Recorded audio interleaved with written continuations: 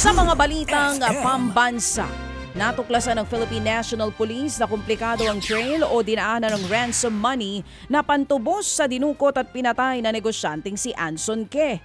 Ayon po sa PNP, sangay-sangay raw ang pinadalhan ng pera matapos itong mapa-convert sa cryptocurrency. Idinaan din daw ito sa dalawang junket operator, ang mga casino na Nine Dynasty Group at Whitehorse Club. Ang Chinese na si Li Duan Wang o mas kilala bilang si Mark Ong ang may-ari ng Nine Dynasty. Nitong Abril, hindi inaprubahan ng Pangulong Marcos Jr. ang Filipino citizenship ni Wang dahil sa banta sa national security. Inamin naman ng PNP na hamon pa rin sa kanilang pagtukoy sa kung sino-sino pa ang napasahan ng ransom money sa kaso ni Anson Ke. Sa ngayon, nakikipagtulungan na raw ang PNP sa ibang mga posibleng sangkot na bansa para ma-freeze ang crypto money.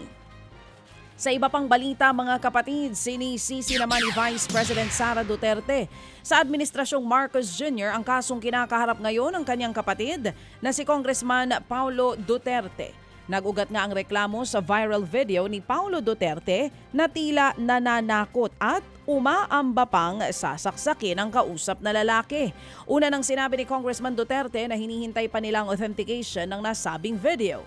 Pero tingin ng kapatid niyang si VP Sara, bahagi lamang ito ng pamumulitika sa kanilang pamilya.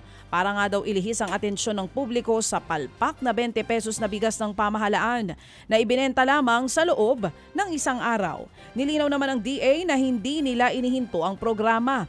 Iniurong lamang ang pagbebenta ng 20 pesos na bigas pagkatapos po ng eleksyon sa Mayo 12. Itinanggi naman po ng Philippine National Police o PNP na sangkot po sila sa pagpapakalat ng viral video ni Congressman Paulo Duterte.